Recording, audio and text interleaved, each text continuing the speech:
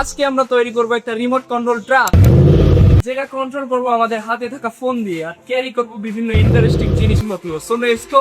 প্রথমে আমরা project related সকল কম্পোনেন্ট গুলো কালেক্ট করে নেব। এই প্রজেক্টের জন্য মোটামুটি এই কম্পোনেন্ট গুলো দরকার হবে। দরকার হবে কিছু হুইল, দেন কিছু গিয়ার মোটর, দেন মাইক্রো কন্ট্রোলার, কিছু ESP32, কিছু ব্যাটারি কেস, এবং আরও টুকটাক আনুষঙ্গিক জিনিসপত্র লাগবে। আর মূল চেসিসটা আমরা করবো সেই PVC শিটটা দিয়ে। এবার আমাদের পরবর্তী গুরুত্বপূর্ণ ধাপ হচ্ছে 3D মডেলিং। আমরা এই সকল কম্পোনেন্ট অনুসারে আমাদের প্রজেক্টের একটা 3D মডেল তৈরি করে নেব। আমাদের এবারের প্রজেক্টে ডিজাইন করবে ডিজাইন টিমের নতুন মেম্বার সোহান। তার হাতে সকল কম্পোনেন্টগুলো তুলে দিচ্ছি, সে প্রয়োজন মতো মেজারমেন্ট নিয়ে তার কাজ শুরু করবে। আমরা প্রত্যেকটা প্রজেক্ট শুরু করার আগে চেষ্টা করি সে প্রজেক্ট যত বড় কিংবা ছোট হোক তার একটা 3D মডেল তৈরি করে নিতে, তাহলে পুরো প্রজেক্টটা আমাদের মাথার ভেতরে চলে আসে। তারপর পরবর্তী ধাপগুলো আমাদের জন্য সহজ হয়। আমাদের 3D ডিজাইনের সুন্দর করে এই ট্রাকের জন্য একটা চ্যাসিসের 3D মডেল তৈরি করে ফেললো। তারপর এই চ্যাসিস ধরে আমরা সামনের দিকে আগাবো। তারপর আমাদের মডেলের চ্যাসিসের মাপ অনুযায়ী আমাদের বোর্ডটাকে মার্ক করে নেব। খুব কেয়ারফুলি প্রত্যেকটা মেজারমেন্ট কপি করব, দেন সেই অনুসারে কাট করা শুরু করব আমাদের চ্যাসিস। আপনি এই ধরনের প্রজেক্টের ক্ষেত্রে আমাদের ডিজাইন স্টেপটাকে একটু বাড়াবাড়ি বলতে পারেন, তবে আমরা বাড়াবাড়ি করতে পছন্দ করি এই ক্ষেত্রে। অ্যান্ড আমাদের বেসিক একটা চেসিস মোটামুটি রেডি। এবার আমরা অন্য দিকের কাজ শুরু করব। এবার আমরা প্রথমে করব মোটরগুলোর সাথে তার সোল্ডারিং করব, যার জন্য ইউজ করব আমাদের নতুন সোল্ডারিং আয়রন। ইলেকট্রিক্যাল টিমের অভাবে খুব অদক্ষ হাতে আমাকে এই সোল্ডারিংয়ের কাজটা শুরু করতে হলো।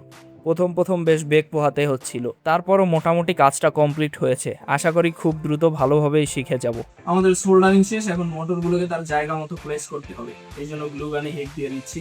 ভালোভাবে হিট হয়ে গেলে তারপর আস্তে আস্তে গ্লু দিয়ে আমাদের গিয়ার মোটরগুলোকে তার নিজস্ব জায়গায় লাগিয়ে দিচ্ছি। আশা করছি গ্লু গানের সাথে কেমিস্ট্রিটা ভালোই জমবে এদের। এবার চাকাগুলোকে লাগিয়ে দিচ্ছি মোটরের সাথে।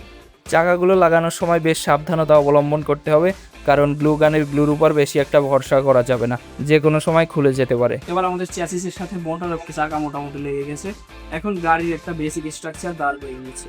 এখন গাড়িটাকে প্রথমে সোজা করে রাখবো, তারপর এর উপর আমাদের সকল ইলেকট্রনিক্স কম্পোনেন্ট অর্থাৎ চ্যাসিসের উপর যে কম্পোনেন্টগুলো বসবে সেগুলো রেখে মেজার করে দেখব কোথায় কোনটা বসালে ভালো হয়। তারপর সব কিছু ঠিকঠাক থাকলে ইলেকট্রিক্যাল কানেকশনগুলো দেওয়া শুরু করব। প্রথমে মোটরগুলোকে মোটর ড্রাইভারের সাথে কানেক্ট করে নেব। 4টা মোটর থেকে টোটাল 8টা তার বের হয়েছে, তাই এগুলো ম্যানেজ করা একটু ঝামেলার মনে হতে পারে।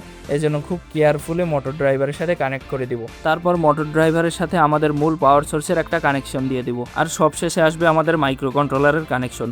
পুরো সিস্টেমটার ব্রেন হিসেবে মাইক্রো কন্ট্রোলারটাকে প্লেস করে দিব। এখানে আমরা মাইক্রো কন্ট্রোলার হিসেবে ESP32কে ইউজ করেছি। এর মূল কারণ হচ্ছে এর ভিতরে আছে বিল্ট ইন ওয়াইফাই, আর এই বিল্ট ইন ওয়াইফাই দিয়েই আমরা আমাদের ট্রাকের কন্ট্রোল সিস্টেমটাকে ডেভেলপ করব, যার কারণে এক্সট্রা ঝামেলা থেকে আমরা মুক্তি পেয়ে যাব। ঠিকঠাকভাবে ইলেকট্রিক্যাল কানেকশন দেওয়ার পর এখন আমাদের ট্রাকের ডিজাইনটার দিকে একটু খেয়াল দিতে হবে, অর্থাৎ ট্রাকের সামনে এবং পেছনে কেমন হবে এটা একটু দেখতে হবে। এই কাজের জন্য আমাদের সঙ্গে জয়েন হলো সামিউল। এখন সামিউল এবং সোহান মিলে পুরো ট্রাকের ডিজাইনটাকে ঠিক করবে। তারা নিজেদের মধ্যে গভীর মাহাত্ম্যপূর্ণ একটা ইঞ্জিনিয়ারিং আলাপ আলোচনা শেষ করে একটা ডিজাইন ফাইনাল করলো এবং সেই ডিজাইন অনুসারে আমাদের বোর্ড কাটা শুরু করলো। তারা এদিকে অতি গুরুত্বের সাথে ট্রাকের এনক্লোজারটা বানাচ্ছিল, আর আমি ওদিকে আমার ট্রাকের রিমোটের ইন্টারফেস বানাচ্ছিলাম এবং কোডগুলো রেডি করছিলাম, যাতে করে ট্রাকের ডিজাইনটা পুরোপুরি রেডি হয়ে গেলে আমি কোড পুশ করে কাজ করে দিতে পারি। আর এটা ছিল ডে 2 এর কথা। প্রথম দিন আমাদের শুধুমাত্র চ্যাসিস এবং চ্যাসিসের সাথে সব কম্পোনেন্টগুলো অ্যাটাচ করতে করতেই কেটে গিয়েছিল, কারণ অনেক রাত্রে শুরু করেছিলাম, তাই বেশি দূর আর যাওয়া হয়নি।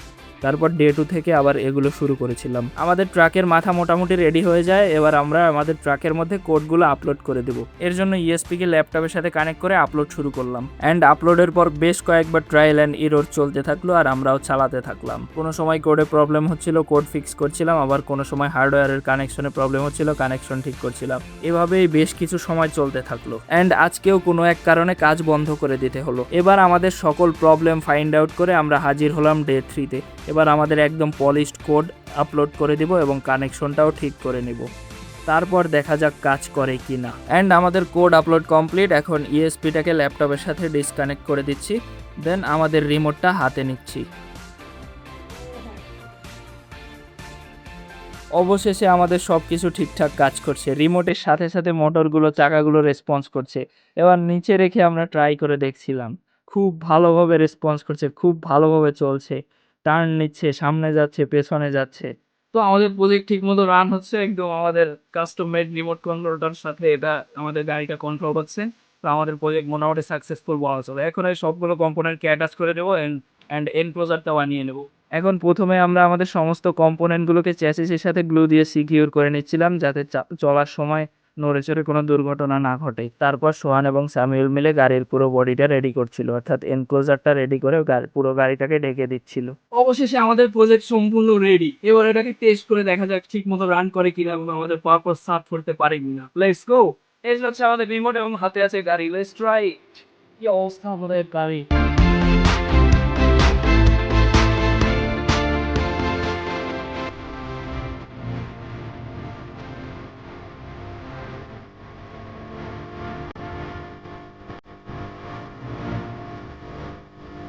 এবার আমরা আমাদের গাড়িতে আম দিয়ে টেস্ট করবো এটা লোড নিতে পারে কিনা। Let's try. 1 2 3।